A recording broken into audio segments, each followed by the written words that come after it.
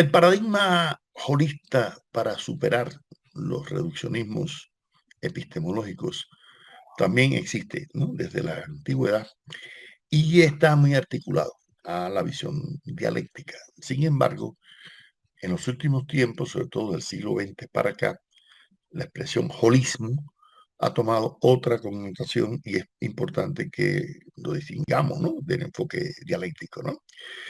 Todo se deriva de la palabra holos o holos, como quieran, del griego, ¿no? Que significa la totalidad. Por eso a veces también se le llama totalismo, ¿no? O lo entero, o también lo universal, o lo que prácticamente integra, ¿no? Toda la realidad. El holismo, en cierta medida, ha sido una postura monista. ¿Qué quiere decir? A diferencia de una postura dualista. Bueno, las posturas dualistas son las que consideran que la realidad está conformada por un alma y un cuerpo, ¿no? Por una visión religiosa, o los que consideran que en realidad hay una integralidad, ¿no? En todo lo existente, y monismo quiere decir de uno, ¿no? Ahora, hay enfoques monistas, lo mismo materialistas, como en el caso de Spinoza, o monismo de corte idealista, como en el caso de Leibniz, por ejemplo, ¿no? En dependencia de lo que se entienda como la mónada, la unidad de todo, si es un elemento espiritual o matemático, ¿no? Simplemente del pensamiento, o si es que esta realidad en la cual estamos inmersos es una unidad, ¿no? En su totalidad, aunque tiene diversas expresiones, ¿no? Entonces, por ejemplo, Spinoza decía, cito, padecemos en cuanto somos una parte de la naturaleza que no puede concebirse por sí sin las otras partes. Bueno, en cierta medida eso viene ya desde Aristóteles, ¿no? Y Pascal también lo va a plantear, ¿no? Que no puede existir una parte. Aristóteles, por ejemplo, hablaba de las cualidades emergentes que surgen cuando se analiza la totalidad, ¿no? De una realidad, y de la unión de las partes aparecen cualidades emergentes que emergen porque son distintas a las que posee cada, ¿no? Cada objeto o cada fenómeno, ¿no? En particular, esa es la realidad.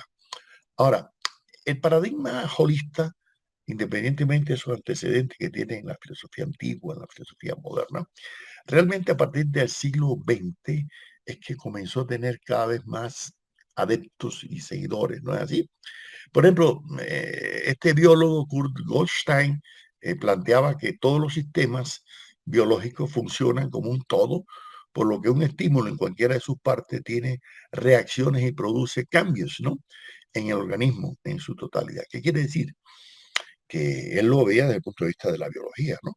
Que si usted tiene una afectación simplemente de una uña, vamos a suponer de un dedo, bueno, eso le está afectando el brazo, le está afectando el cuerpo, le está afectando su integralidad, su salud, ¿no? Totalmente, ¿no? Entonces, no se puede ver aisladamente, ¿no? Que un efecto en una parte, en una porción de un órgano no tenga impacto, ¿no? Sobre la totalidad. Pero eso es válido, no lo podemos negar. Sin embargo, ya nosotros vimos en videos anteriores cómo el reduccionismo biologicista hiperboliza a veces, ¿no? Los factores biológicos o llevarlo al mundo social, como en el caso, ¿no? Del darwinismo social. Otro que también contribuyó a este enfoque fue Ludwig von Bertalanffy, ¿no?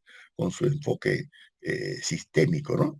Y para Bertalanffy, en su teoría de la sistema, él decía que los sistemas son organismos holísticos, conjunto de elementos que se relacionan de manera ordenada, ¿no? Y que contribuyen a un determinado objeto, porque todo lo que nos rodea de una forma u otra está ordenado, ¿no? Sistémicamente, ¿no? Y si está ordenado sistémicamente, ¿cuál es la tarea del investigador? Bueno, pues buscar esos elementos que integran a partir de un criterio que ya hemos insistido mucho, y es que en la realidad nada está unilateralmente determinado, sino que en la realidad todo está multifactorialmente determinado. Así que hay muchos factores en un sistema, ¿no? Ah, pero no todos los elementos juegan el mismo papel. Unos son determinantes, otros son condicionantes, ¿no?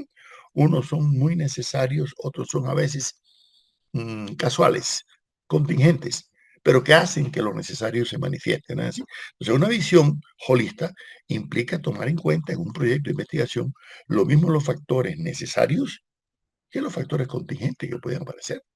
que los factores casuales que pueden aparecer y que pueden dar lugar que un experimento falle. Y por eso Karl Popper decía que un experimento fallido no invalida una teoría, hay que ver por qué falló el experimento, ¿no es así? O por qué falló una encuesta, o por qué falló una entrevista, o por qué falló, ¿no?, determinada observación empírica. ¿Por qué? Porque la teoría tiene que ir más allá de lo evidente, de lo empírico, porque de lo contrario la investigación quedaría muy sesgada si se limita solamente a la constatación fenoménica como plantea el positivismo, ¿no? No. Ahora, es indudable que todo el avance que han tenido las ciencias desde el siglo XX, sobre todo para acá, con cada vez mayores especializaciones, mayores disciplinas, ¿no?, y nuevas ciencias, eso da lugar a cierta atomización a veces del conocimiento, ¿no? O a la superespecialización de saber cada vez más de menos, ¿no? ¿No? Cuando en verdad el verdadero científico, independientemente que tenga una disciplina, y sea psicólogo, biólogo, físico, matemático, químico, lo que sea, pero si no concibe que el objeto de la realidad que está estudiando, ¿no?, está determinado y condicionado por muchos factores que no son exclusivos de su especialidad. Y por eso hoy en día la investigación evidentemente tiene que ser en grupos y tiene que ser transdisciplinar y tiene que integrar a investigadores de diversas disciplinas, tanto técnicas como naturales, como sociales, como, ¿no?, de cualquier naturaleza, ¿no?, para evitar cualquier reduccionismo, ¿no?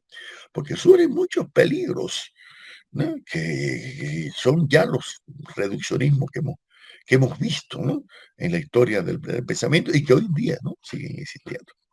El psiquiatra alemán Adolf Meyer-Habich hablaba la necesidad de que en la psiquiatría el pensador, el investigador tenga en cuenta a la hora de estudiar un paciente una cantidad de elementos que a veces parece que no tienen nada que ver, ¿no?, con la vida de ese enfermo mental o lo que sea. Y eso insistía mucho en el enfoque holista, ¿no? De manera que igual el fisiólogo inglés John Scott Haldane, él dice que la realidad entera no es una sucesión de cosas aisladas, sino un todo orgánico en el cual nada puede ser considerado absolutamente independiente, aparte, porque la suma de las partes, eso no explica la realidad del todo. Y por eso reivindicaba Aristóteles, ¿no? Aristóteles decía que el todo es más que la suma de las partes, ¿no? Es un enfoque holista, ¿no?, la búsqueda de las cualidades, ¿no?, emergentes, ¿no? Claro, el holismo ha tenido críticos también. El propio Popper ha sido, ¿no?, uno de esos críticos del holismo, porque a veces cree que se han hiperbolizado en el holismo enfoques biologizantes, ¿no? O otros, desde un análisis más lingüístico o más lógico, plantean un holismo desde un punto de vista más del pensamiento o del lenguaje, ¿no es así? Porque, por ejemplo, en una oración, como dice Cecil, si le falta un componente, como el verbo, por ejemplo, se destruye la oración. O le falta el sujeto, o le falta algún complemento directo o indirecto, pues se desarticula, ¿no?, la proposición lógica, ¿no? De manera que el holismo también ha impregnado, ¿no?, las ciencias del lenguaje, las ciencias del pensamiento, ¿no? Y hay que ver que el pensamiento humano es un proceso contradictorio, analítico, sintético, deductivo, inductivo, ¿no es así?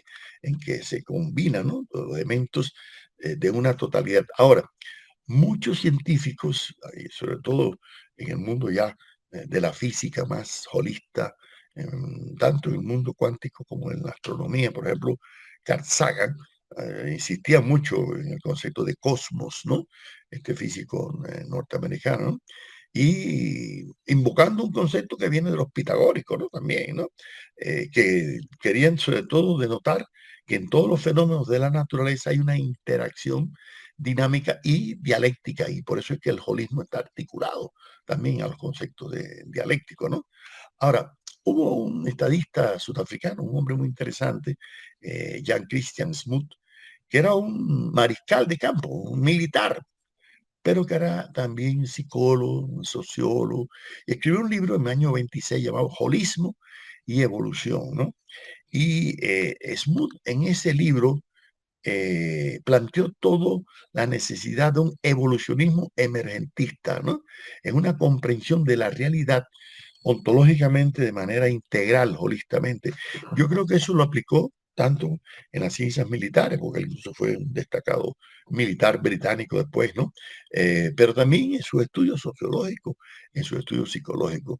Y en el terreno de la lingüística, por ejemplo, o de la lógica y del pensamiento, en el Círculo de Viena, o también filósofos como Bertrand Russell o como Ludwig Wittgenstein, utilizaron estos conceptos y otras variantes del holismo semántico, por ejemplo, de la escuela de Tarski y Atuszkiewicz, allá en Polonia, que se conoce como positivismo lingüístico, planteaban la necesidad de la visión holista del lenguaje, lo mismo que ha planteado Noam Chomsky, ¿no?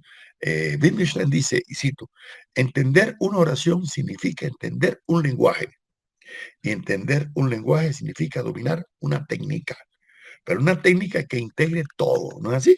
Que integre la realidad de manera armónica, ¿no? El investigador colombiano radicado en Venezuela hace muchos años, que con su esposa Jacqueline Hurtado, ¿no? Pero Marcos Barrera ha sido un investigador del holismo en el plano, ¿no? Sobre todo de la educación, y tiene un libro sobre introducción a la holología, educación holista, ¿no? Porque él insiste mucho pedagógicamente. Él dice, frente a los reduccionismos que por lo general son expresión de la tendencia a absolutizar lo relativo o a generalizar lo particular, como algunas posturas sensocerebrales, neurofisiológicas, constructivistas, pragmáticas, eclécticas, sociocríticas, cualitativas o cuantitativas, por citar algunas. La holista advierte sobre la extraordinaria posibilidad que presenta el conocimiento para saber como también para expresar integralmente los procesos complejos del conocimiento. Llámense a estos procesos educación, comunicación, ciencia, técnica, política, academia, tecnología, investigación, episteme, lo que sea. Fin de la cita. Yo creo que en esta formulación de Marco Barrera hay algo que nosotros insistimos mucho cuando vimos los métodos cuantitativos y los métodos cualitativos. Señores, cualquier hiperbolización de lo cuantitativo o lo cualitativo es un reduccionismo. Y una verdadera perspectiva holista implica que ver los fenómenos en su integralidad, ¿no? En su totalidad, en su complejidad. Claro, vamos a ver un próximo video sobre la teoría de la complejidad, que es un método sobre todo desarrollado por Ekel Morán, pero hay otros investigadores también, ¿no? Es una visión sistémica, es una visión dialéctica, es una visión integral de la realidad. Y yo creo que el investigador científico, lo mismo en el terreno de cualquiera de las disciplinas científicas, que no tenga una perspectiva holista, que no tenga una perspectiva dialéctica, tiene siempre la posibilidad, el peligro de caer en algunos de los reduccionismos epistemológicos que ya hemos criticado en videos anteriores o en nuevos que están surgiendo.